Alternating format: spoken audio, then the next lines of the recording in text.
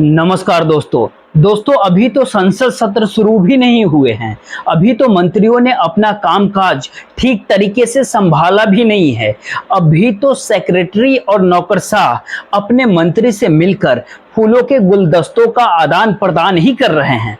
कुछ मंत्री तो अपनी पुरानी फाइलों को जरूर मंगवा रहे हैं और पूछ रहे हैं कि ऊपर जो हस्ताक्षर चुनाव में जाने से पहले किए थे, अब उस पर कितना काम आगे बढ़ा है, आगे काम बढ़ा भी है या फिर नहीं बढ़ा है। लेकिन अलग अलग मंत्रालयों के भीतर होने वाली इस गुफ्तगू के भीतर एक बहुत पैनिक मीटिंग दिल्ली के भीतर चल रही है। इस पैनिक मीटिंग के भीतर पहली बार यह सवाल उठने लगा है कि अगर सरकार के कामकाज एक्सपोज हो गए तो फिर उसको छुपाया कैसे जा सकता है। यह कैसे संभव होगा इस दौर में जो बातें अब सामने आ रही है वो डराने वाली है। और वहीं दूसरी तरफ जब संसद सत्र शुरू होगा तो इस बार विपक्ष तो काफी तेवर के साथ खड़ा है और उसके तेवर का मतलब उसकी अपनी राजनीतिक जरूरत भी है जहां पर वह तेवर दिखाए। यानी ये कहे कि वर्तमान में केवल मुद्दा ये नहीं है कि कोई भी कांड अडानी कांड के साथ जुड़ा था, कोई परिस्थिति इस भारत देश के रईसों को जो कर्ज माफी थी उसके साथ जुड़ी हुई थी और जिसकी रकम करीब 16,000 करोड़ रुपया की नहीं बल्कि 16 लाख करोड़ है। यह भी सवाल नहीं है इस दौर में कि जो कोई भी अर्थ की नीतियां थी उन आर्थिक नीतियों के मद्देनजर क्या क्या स्कैम उभर सकते हैं इस दौर में। जी नहीं, इस दौर में तो मुद्दा चुनाव के बाद का उन परिस्थितियों का है जो संसद भवन के भीतर गूंजने वाला है। और राहुल गांधी अभी से ही जब संसद सत्र शुरू हुए नहीं है तभी विपक्ष के नेता के तौर पर उनकी भूमिका खुले तौर पर नजर आने लगी है।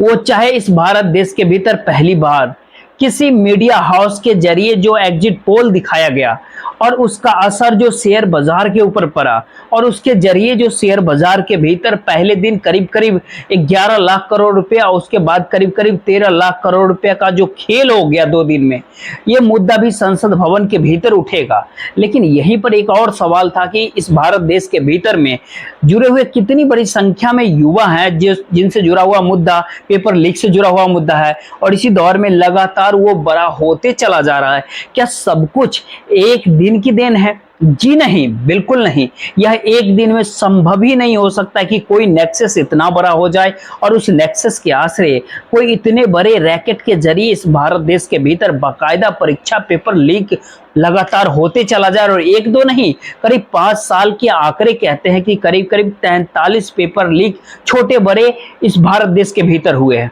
अगर उस दायरे में अगर केंद्र सरकार को अगर घेरते हैं और केंद्रीय मंत्री को अगर घेरते हैं तो आपके सामने करीब 18 पेपर लीक निकल करके आएंगे जिसके भीतर कहीं ना कहीं भागीदारी केंद्र सरकार की होती है। और जब इस संख्या को और जोड़ेंगे तो एक ही झटके में इस भारत देश के करीब करीब 3.5 करोड़ नौजवान युवा छात्र जो इस पेपर लीक से परेशान हैं, उससे जुड़े हुए हैं और करीब करीब लगातार एग्जाम देते रहे लेकिन उनके हाथ में नौकरी तो दूर उस परीक्षा का परिणाम तक नहीं आया। करीब 3.5 करोड़ युवा छात्र देश के, जिसमें से 1 करोड़ 41 लाख छात्र ऐसे हैं जो केंद्र सरकार द्वारा ली जाने वाली परीक्षा से प्रभावित रहे। इन 5 साल में जो पेपर लीक हुए हैं उसमें नीट की परीक्षा में तो केवल 23,33,000 बच्चे प्रभावित हुए। यानी एक के बाद एक परिस्थिति अगर देखिए तो पहली बार ऐसा लग रहा है कि सरकार एक्सपोज हो रही है। और सरकार के एक्सपोज होने से बचने के लिए 2 रास्ते बचते हैं। पहला बड़ा रास्ता ये होता है कि किसी के सर पर यह ठीकरा तो फोड़ नहीं होगा, तो एक तैयारी कर ली गई है कि शिक्षा मंत्री की छुट्टी कर दी जाए। शिक्षा मंत्री यानी धर्मेंद्र प्रधान, जिन्होंने पहले ही दिन इस भारत देश में जो परीक्षा लेते हैं उनको क्लीन चिट देते हैं। और उसके बाद जब सुप्रीम कोर्ट ने डाटा तो बाकायदा उसी परीक्षा लेने वाली संस्था ने कहा हाँ गलती हो गई, हम दोबारा से इतने छात्रों की परीक्षा लेंगे। यह एक पूरी प्रक्रिया है जिसके भीतर ऐसा लगता है कि इस भारत देश के भीतर में जो संस्थान काम कर रहे हैं उन संस्थानों के कोई सरोकार उस मंत्रालय और मंत्री से होते ही नहीं है, या फिर मंत्रियों के पास वो जानकारी होती ही नहीं है, या फिर जानकारी होती है तो किस रूप में कैसे रिएक्ट करना है यह भी सरकार को एक्सपोज कर गया वर्तमान समय में। और ये एक्सपोज इस दौर में इसलिए भी हो गए, न केवल अभी बाहर के तौर पे वो धीरे धीरे सामने देश के भीतर नजर आएगा। दरअसल शिक्षा मंत्री की छुट्टी संसद सत्र शुरू होने से पहले कर दी जाए या फिर संसद सत्र शुरू होने के बाद की जाए या फिर उनको तत्काल में अब्सेंट कर दिया जाए। ऐसी कौन सी परिस्थिति होगी वर्तमान समय में जो इसको लेकर के हाई पावर मीटिंग जो दिल्ली के भीतर बुलाई गई, उससे पहले बाकायदा पीएमओ के जरिए नागपुर के भीतर टेलीफोन का घंटी खरखराया गया। नागपुर के मतलब आपके मन में आरएसएस होना चाहिए, यानी आपके मन में राष्ट्रीय स्वयंसेवक संघ है। तो फिर आप ऐसा सोच रहे होंगे कि सर संचालक से बात हुई क्या? जी नहीं, उनसे बात नहीं हुई। यहाँ पर दूसरे नंबर के जो व्यक्ति हैं दत्तात्रेय होसरे, उनसे बातचीत हुई और संघ ने खुलेआम खुले तौर पे पल्ला झाड़ दिया। उनका कहना है जो स्थिति इस भारत देश के भीतर में इस पूरे पेपर लीक मामले को लेकर उठी है, अब जिस तरीके से विपक्ष इस मुद्दे के ऊपर संसद भवन के भीतर उठाने वाला है, उसके भीतर आपको संभलना होगा, संभालना होगा। और हमारी राय इसमें यही है कि किसी भी हाल में ऐसा हो ही नहीं सकता है कि आप किसी को जिम्मेदार ठहरा ही, यानी कोई भी ऐसा घटना हो जाए उसकी कोई भी जिम्मेदारी अगर सरकार में लेने को तैयार नहीं, तो फिर उस सरकार को लेकर के कौन सी उम्मीद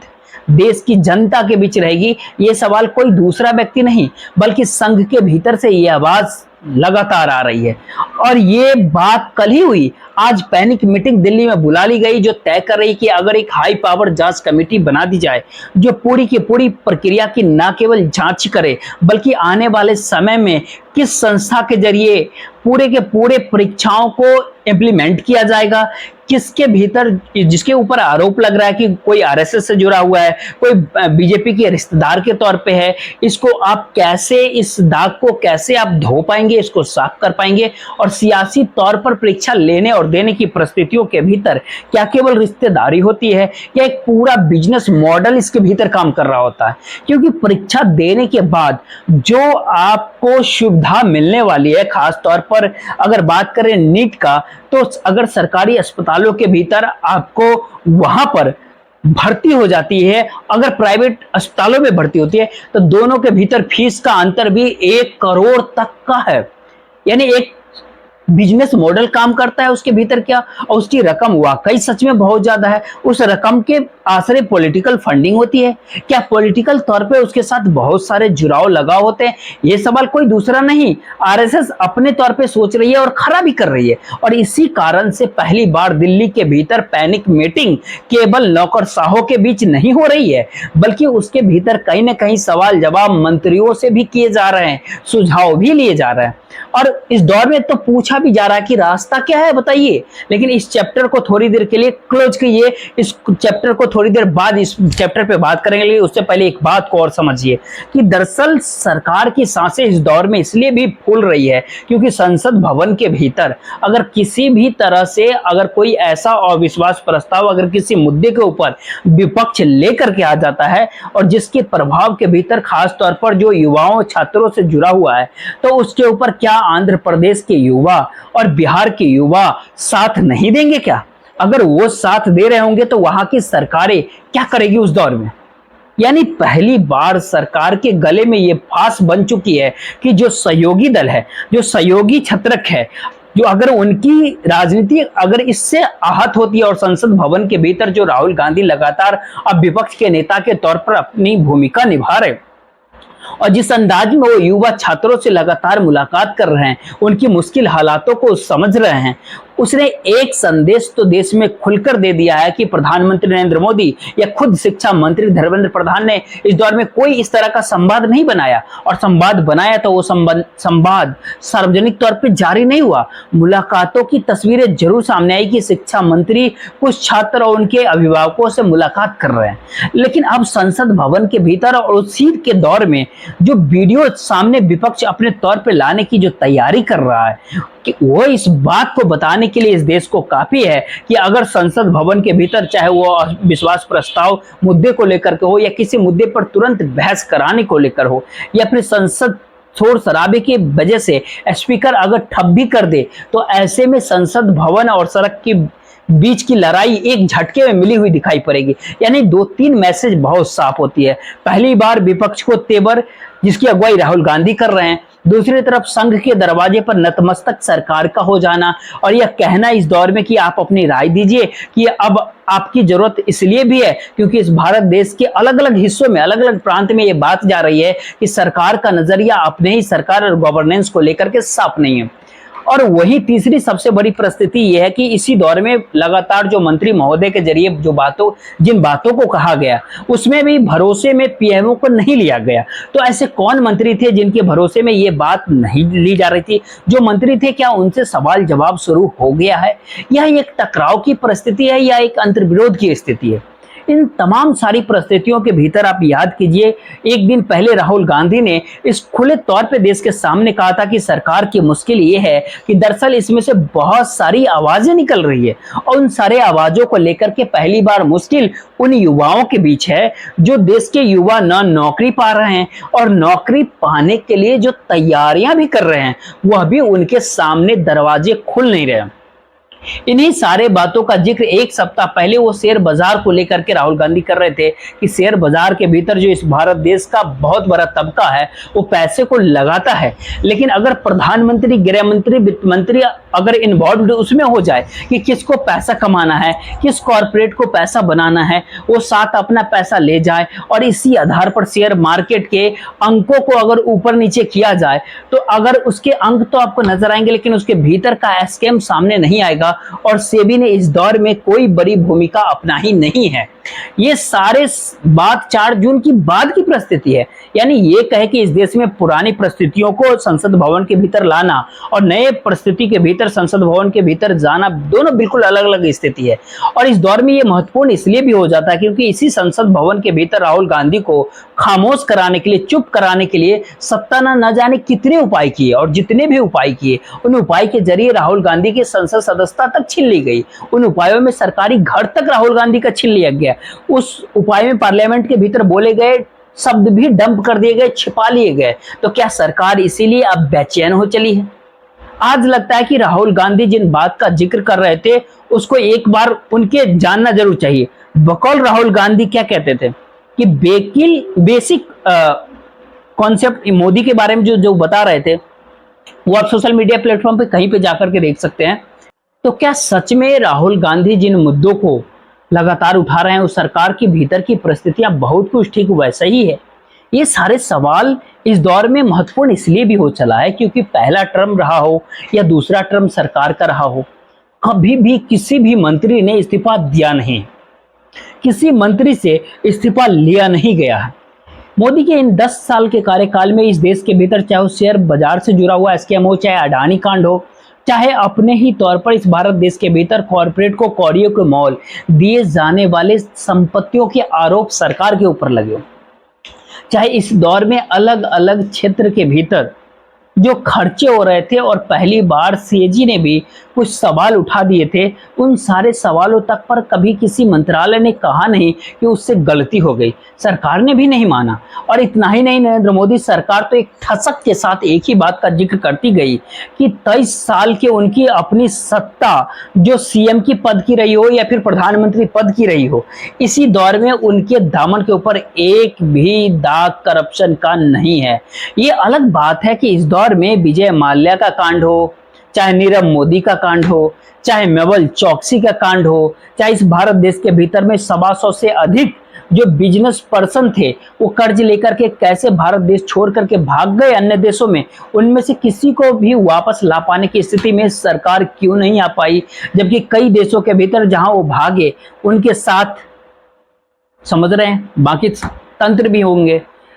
अब सवाल तो ये भी उठता है कि जो सत्ता के करीब के जो कॉर्पोरेट थे और दूसरे देशों में चले गए उनको वहां पर सुविधा पूर्वक रहने दिया जाए। जो सवाल मेहुल चौकसी के साथ जुड़ा, उसके बावजूद भी सरकार ने कभी नहीं माना कि उसने कुछ गड़बड़ी की है।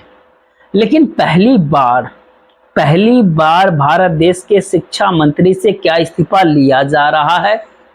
या इस्तीफा दिया जा रहा है? ये सवाल इस दौर में इसलिए भी बहुत बड़ा है क्योंकि आरएसएस ने अपने तौर पर हाथ खड़ी कर दिए कि देखिए आपको किसी को जिम्मेदारी देनी होगी, आप इससे बच नहीं सकते हैं। और ध्यान दीजिए, जब इससे पहले रेल एक्सीडेंट हुआ था, उससे जो ओडिशा के अंदर रेल हादसा हुआ था, उस दौर में एक सवाल था कि आप किसी को कोई जिम्मेदारी देते हैं तो कोई गड़बड़ी करता है तो उसका दोषी होगा कौन?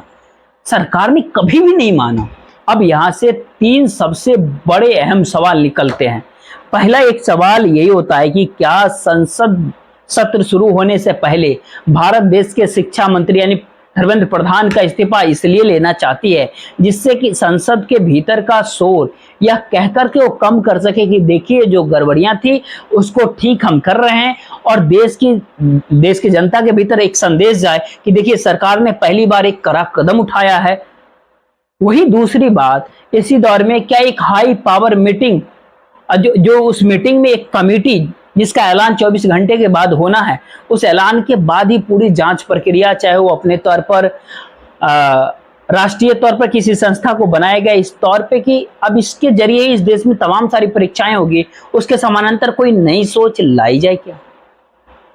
और ऐसा में तीसरा सवाल एक है कि एक तरफ शिक्षा मंत्री, दूसरी तरफ हाई पावर कमेटी, और वहीं तीसरी तरफ संसद भवन के भीतर अब जो सरकार एक्सपोज इसलिए भी हो गई क्योंकि 5 साल के भीतर अगर इस भारत देश के 3-3.5 करोड़ छात्र नौजवान प्रभावित हुए हैं और केंद्रीय सरकार की नौकरियों के तहत 1,41,00,000 बच्चे देश के नौजवान अगर प्रभावित हुए हैं और सरकार नौकरी दे पाने के लिए सक्षम नहीं है, तो क्या सरकार इस दौर में मान के चल रही है कि संसद सत्र के साथ साथ अब सड़क पर भी उसे अपने लिए अब नैरेटिव सेट करना पड़ेगा? इसीलिए जब पहली बार की बात करें तो 2015 के भीतर पहली बार किया गया था कि तमाम सारे मंत्री संवाद बनाएं आरएसएस के लोगों से, और वहां से जिन बातों को वह समाज के भीतर फैलाना चाहते हैं वह उनको बताएं, और आरएसएस जो अपने एजेंडे को लाना चाहती है वह उनके जरिए लाए। इसीलिए जब आप 2014, 15, 16 इन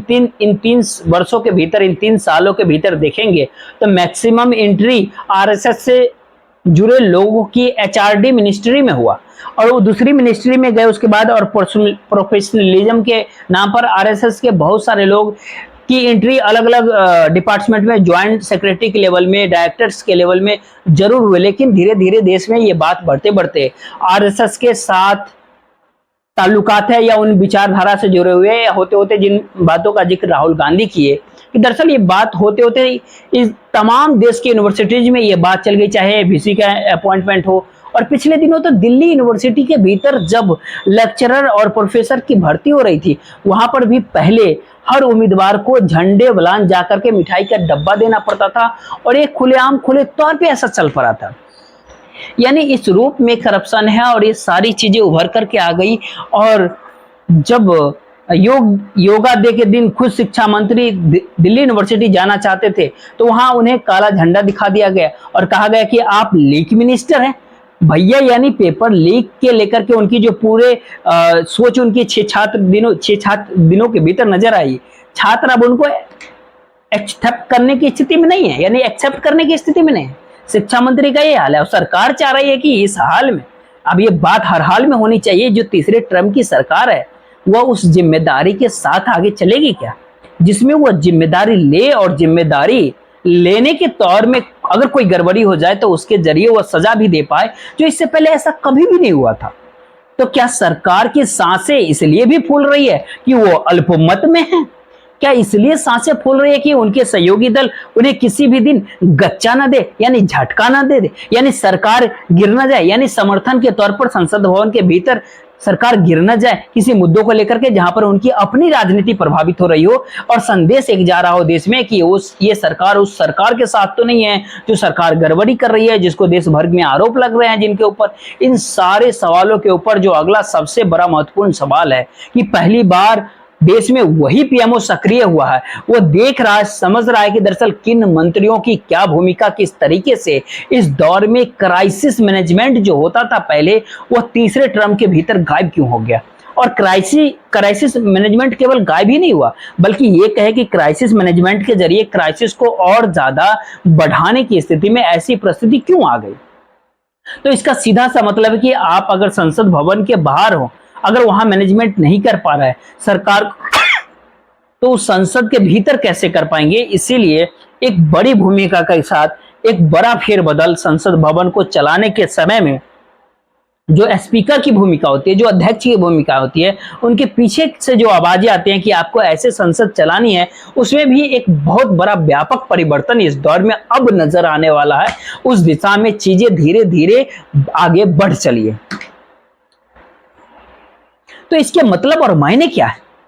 इसका सबसे बड़ा मतलब और मायने यही है कि प्रधानमंत्री नरेंद्र मोदी ने अभी तक, यानी अब तक जो पहली मीटिंग की थी कैबिनेट मिनिस्टर्स के साथ, उसके बाद उन्होंने कोई संवाद क्या नहीं बनाया। जो संदेश पीएमओ के तरफ से निकल करके आ रहा है, जो सियासी गलियारों में गूंज रहा है, और जो संदेश देश भर में लगातार चल रहा था कि इस दौर में जो सरकार चला रहे हैं सेकेंड नंबर के ऊपर देश के गृह मंत्री, क्या वह इस दौर में इस पूरे परिस्थिति को संभाल क्या नहीं पाए?